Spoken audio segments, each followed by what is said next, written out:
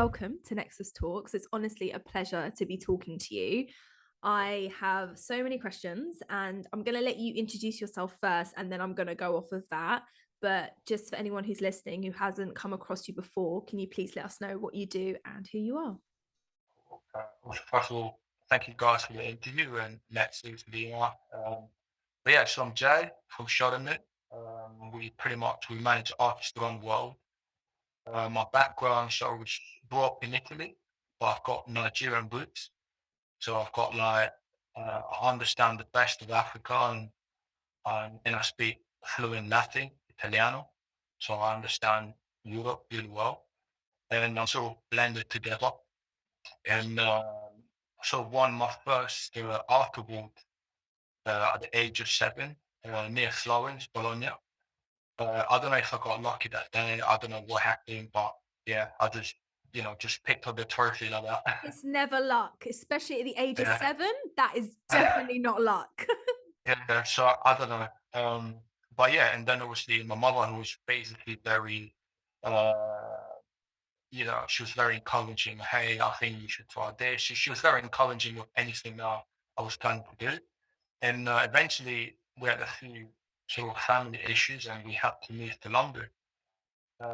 And then when we moved to London, my passion for art so evolved into the passion of music. Um, and I started sort of combine the two together, art and music. And we kicked off by helping like my friends pretty much with their music. And yeah, that sort of developed from helping my friends to also managing it. And that's when I started showing it. And when showing started, we started with pretty much nothing, like 30 days of rent. And it was uh, it was quite a process. We failed a lot in the early years where we, you know, every song we were putting out wasn't sticking. Every artist that was signing wasn't working. Um, Projects that didn't go well, events with no attendees. It was a complete roller coaster. And then eventually we got our first success, where we signed an Angelical Office that went to win Lucas Awards, which is like a massive award for the best Latin artist uh, in Europe. Wow. And through that success, it was like a sort of snowball of just non-stop wins. So Shaka, he performed at the Global Tour Festival, which is a festival that we own, but the artist also went double platinum. So in there we just had the instinct to see something before we skyrocketed to 18 million views. Dara, who signed it last year, she went number one last year. Julia Jones, we discovered really early. She's now featured on an album that did over 4 million copies. Wow. Pre Nugent, Grammy nominated. So now we've got like a sort of track record of just knowing what's hot before it becomes popular. And through that success, we got investors involved. Um, we arranged facilities for artists as well. And yeah, so we're pretty much sort of helping artists break uh, through this environment, which is very competitive and very difficult to navigate. I have so many follow-up questions, so I'm going to start from the top. Yeah, sure. First of all, I'm really intrigued to learn, how Yeah, was it growing up in Italy and then moving to London and being Nigerian? yeah, Because, so for example, I had a bit of a, maybe I yeah, still am having an identity crisis. I'm probably more yeah, comfortable with who I am now, but when I was growing yeah, up, I was the only Arab I knew. yeah. Oh, Um, absolutely. so how was that? Especially like obviously Yeah. expressing yourself and being so creative. What was that like growing up? Yeah, obviously, there's two sides of it. So the town I was living in was very small. So we had like 5,000 people. So I was literally the only Nigerian, Italian there. And it was like, I was always the popular kid, not because I was cool and, I was this amazing guy and whatever. I was just so different. Right. So I got used to getting a lot of attention, and sort of understanding. I don't know, subconsciously understanding perception, I think, from a really young age. I didn't really know what perception is and how you handle some clouds and how you get perceived in some areas. And I think that's sort of like, I always got to look the part. I always got to, behave in a certain way. Because I was representing all the black kids around the world, you know. Yeah. So it was that sort of pressure. And yeah, and then basically in Italy, there's a lot of art, there's a lot of fashion. I don't know if you've been to Milan, but it's all about looking your best all the time. Italy is also about elegance, tranquility, class. It just and then you combine that with Africa, which is like the music, the vibe, the energy, the dancing, the rhythm. You get this sort of mix um, all together where yeah, we pretty much put things. I like to sign things that are cool. I like things that are different, and that's like sort of my experience in Italy. In Italy, it's very about being very bold. Like we don't really, if we want to wear something a certain way, we wear it a certain way, and then we let other people sort of catch up in 5 years' time. And it's like it's a normal thing, I you get know. you. Yeah, everyone is sort of like trend-setting sort of movement, Milan, Florence, like sort of creating a new way. Not being afraid to be different. That's like the things I really got from like growing up in Italy. And then when I moved to London, it was mainly sort of music. So Team Westwood days, Skepta, and really kind of blending that in with like the sort of trend-setting culture and elegance and the sort of class in Italy to like the music in London, which is at the time, obviously still now, Adele's killing it. We got like huge British artists like Ed Sheeran, like yeah. So that's the part I got from it. Yeah. That's why you're always ahead then. You said one thing you guys are really good at doing is signing artists and Mm. being able to predict the next big sound. So I guess it must be that Italian in you for being Yeah. bold trendsetters then. Yeah, I think subconsciously, like it's not like I sort of sit there and it's like, oh, this is gonna be the next big thing. I think it's because like it's what we do as kids in there. Mm, With and when you see it, like you wear a certain thing, and then in 5 years, everyone does the same, and that's the coolest thing that you can do when you're like in the playground, because you start to think, oh wow, like you know, I know what's hot, like I know what's trending, what's good, yeah. and it's like a little game in the playgrounds as well. Everyone's sort of trying new things, and then in 2 years the see which things actually sticks and what's cool and what's not. Yeah, and music is about understanding culture and like really understanding what's popular and what's about to be popular, and you know being able to see what other people can't see, and you have to do it uh, like really organically, like subconsciously, like you just have it, like you just I don't know how to explain it. Yeah, you just got to have it to yeah, sort of understand when the trends are going before they go there. Yeah. And I get that because I was having a conversation with a friend. He's an artist and he was talking about like obviously these platforms are so great because you get to be seen by more people, but there's almost this culture where you've got to prove that you can make it before anyone takes a shot on you. It's really rare now. Do you know, like back in the day, it was like these random artists came out of nowhere, they get signed and then they'd Yeah, grow. And now it's kind of the reverse. So like what's your thoughts on that and how does that work with your yeah, yeah. development? No, absolutely, absolutely. I think now it's very like the audiences sort of pick the superstars. Like back in the days, you were sort of like shoving artists on TV or music video, radios, loads of money. Now the audiences are a lot smarter, and they're coming up with things like industry plan. They come up with things like sometimes artists get cancelled.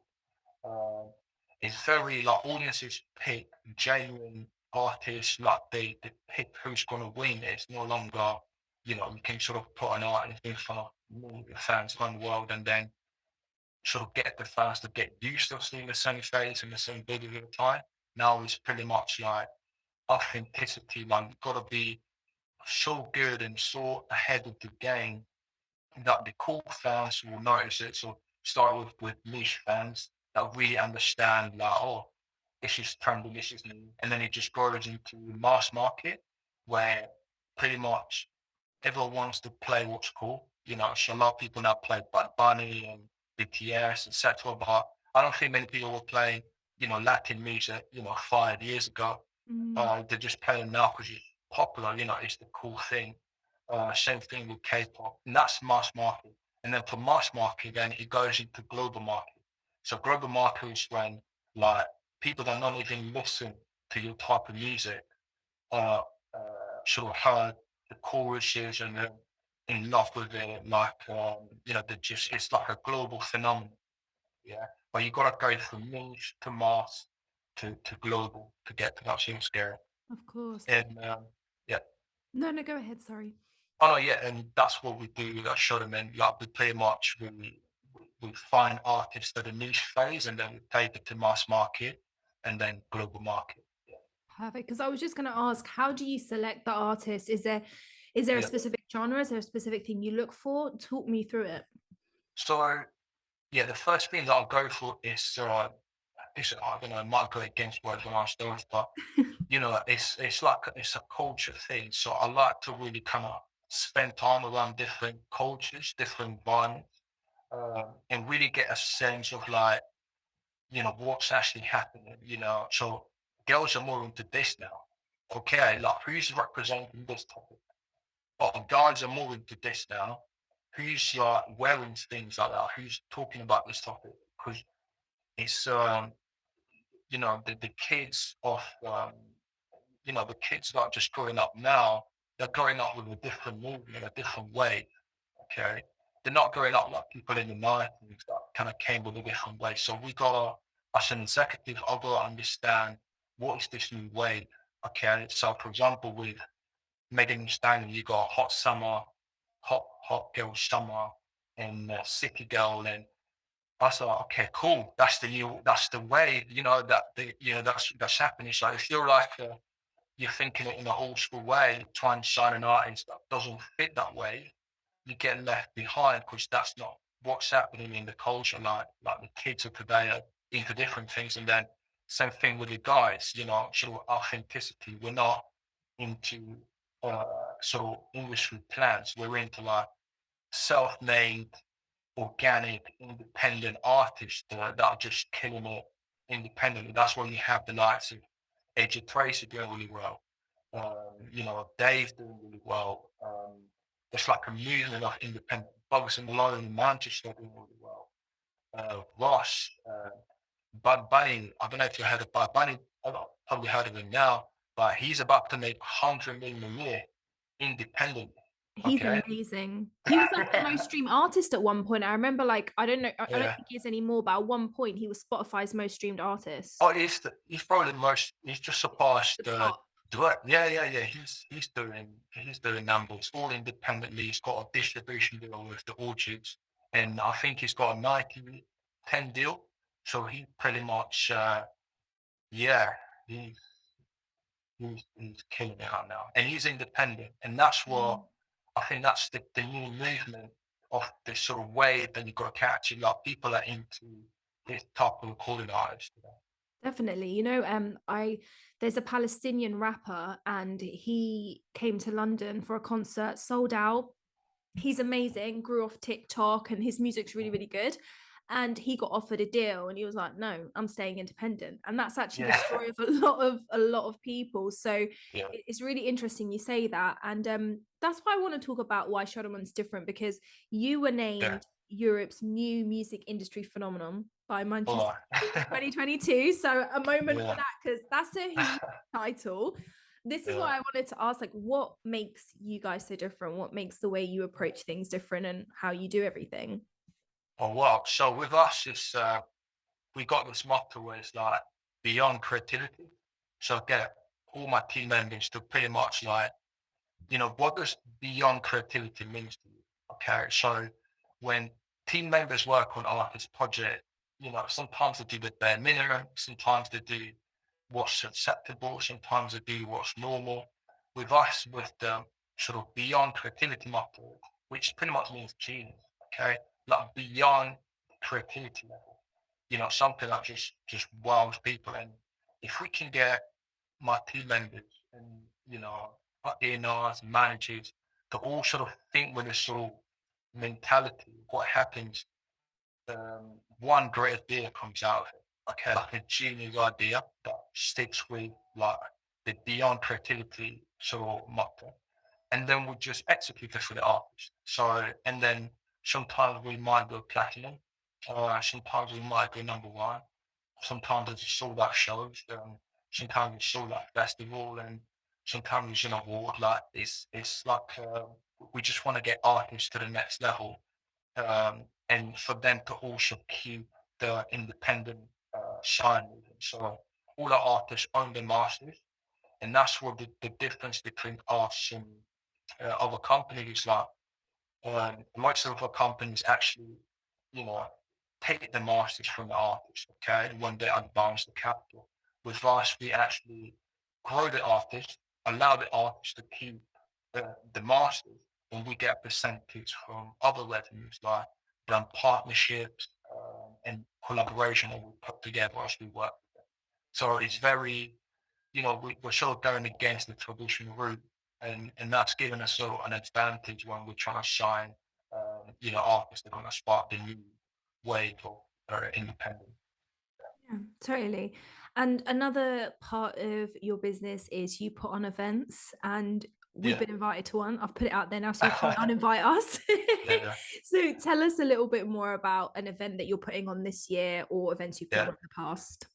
Yeah. So Shadowman would put on sort of festivals every year. One's called Global Festival. And basically it's a social responsibility project where, we believe that companies need to reinvest their profits into creating jobs for their community that they're serving. So in this case, our festival provides hundreds of jobs for creatives every year. So this is creators that, they're not connected, they don't have a family friend that works in the industry. And each year they can come to our festival and sort of showcase their skills. And the reason why I do it, I think it's something that I've been through myself, when I wanted to get in the music industry and there wasn't like a way for me to actually get going. I had to start a whole company to get in the music industry. But But I I think love that's that. best. I love that you didn't wait for that opportunity for yourself. I love that you Yeah. said, you know what, I'll make my own, I'll make my own company. That's Yeah. amazing. Yeah. I'm so like, obviously, like 18 years old me, like, very stubborn guy. So, and like, if you tell me no, I'll go out there to make sure that I'll prove you wrong like 10 times. That was my character. Yeah. So I was like, okay, you guys have rejected all my artists, rejected everything, fine. Start a company and we'll talk in the next 5 years. That was like my sort of like, um, yeah, my character, and still have it like on a different scale now.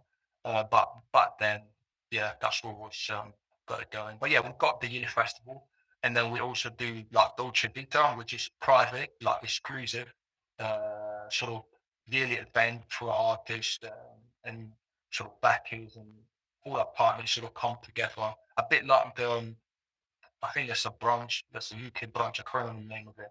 But that sort of setup will bring all our partners together and we'll do that, yeah, just before December. Amazing. And who would be in the room? You said it's exclusive. So is it just like Yeah. artists? Tell me a bit more about who'd be in that room. So yeah, we mix sort of finance executives, creatives, managers, showroom members, so that artists can actually, you know, partner with different people that can provide finance to them. So it doesn't have to be the typical and traditional record deal that is structured in a traditional way that doesn't really make sense for the artist of tomorrow. So I'm trying to make sure that, the finance people that I know that are connected to, to our technology and our growth strategy are aware that there's a lot of talent here. And, I think if I can connect the two together, we might be able to create more fun bunnies, more risk kids, more sort of international artists with ownership. And yeah, that's the dream, really. That's amazing, honestly. Like, I have a radio show, so I talk with artists a lot. And I think Mm. one thing that you were very honest about from the beginning is you said at the beginning you were failing, it wasn't Yeah. working, and you had to keep finding Mm. new ways. And similar to artists, they do struggle because sometimes if they're new, they don't know what they don't know. They don't know who Yeah. they connect with, they don't know how to grow. And I think Yeah. it's really amazing that events like this exist, and it's really, Yeah. really promising. And I want to ask you, because you did kind of brush past it quite quickly. So obviously you've been in Yeah. music for a while. Genuinely, for anyone that comes across this and hears this, who are struggling or kind of like out of Yeah. ideas or feel like they're constantly failing, what advice Yeah. would you give to them so that they can keep going and kind of like Yeah. rethink their strategy? Oh, I definitely always said two things. One is, the million audit, which means, 10,000 hours. Like when you start off, you've got to get to your 10,000 hours. Okay. So that's basically like 10 years, 7 years of just constantly working on your craft. And during that journey, you're going to go through everything, obstacles.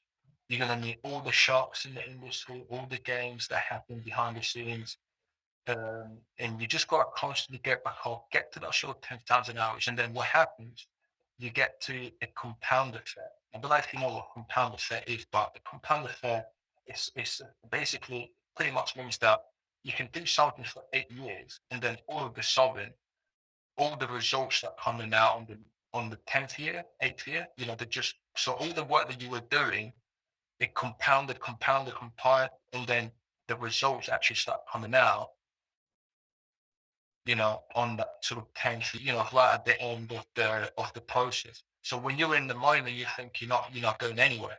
You're thinking, I'm doing all this, I'm doing all these projects, I'm in the studio, I'm putting out music, nobody's listening. You're going through that moment, but what's actually happening, you're building that momentum towards the compound effect, where everything just takes off all at once. Like it just hits you, like you just wake up like, how am I even doing this?